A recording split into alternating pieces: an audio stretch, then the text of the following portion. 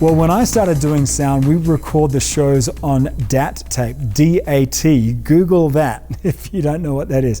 And then, later on, we started moving on to CD duplication towers, then USB key duplicators.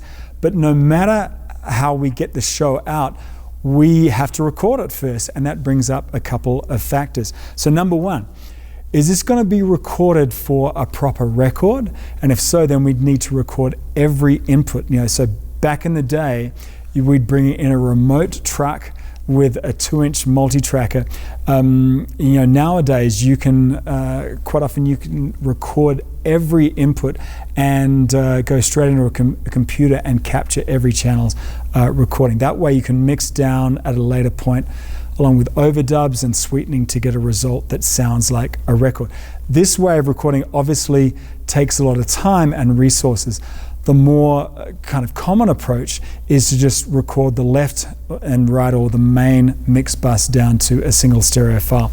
Obviously, this is the method of choice if you're just trying to get your product, just out there quickly. So let's look at each method.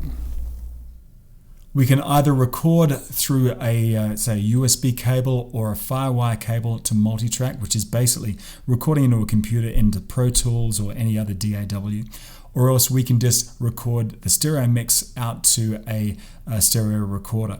Obviously, on the Multitrack side, we have complete control afterwards of changing that mix. If we want to bring up the bass guitar, we can do that. If we want to bring down the vocals, we can do that. We can also overdub, we can sweeten, we can add effects to each particular instrument, because everything has been recorded in Multitrack.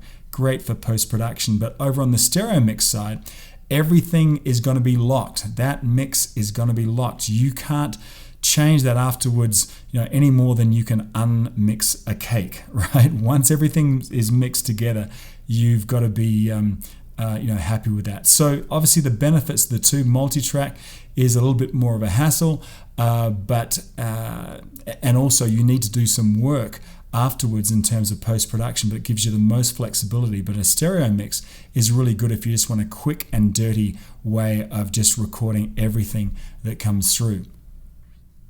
When you're mixing a show, you're going to set up a house mix, and then you also want to set up a stereo mix where that is going to be recorded and people can hear that show later on. But here is the conundrum that you have.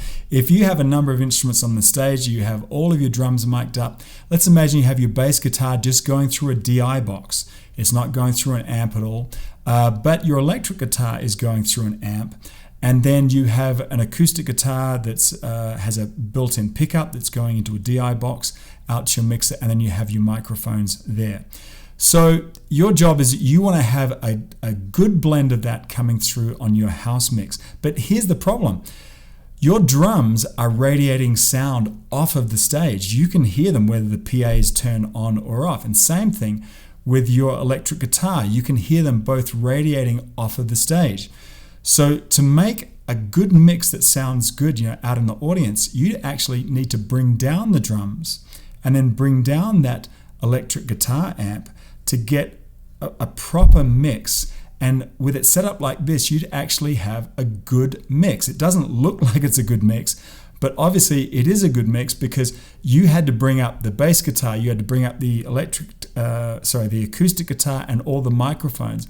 But the drums and electric guitar, they're radiating off of the stage to balance out that mix. So everybody will, it'll all sound good out in the seats. But here's the problem.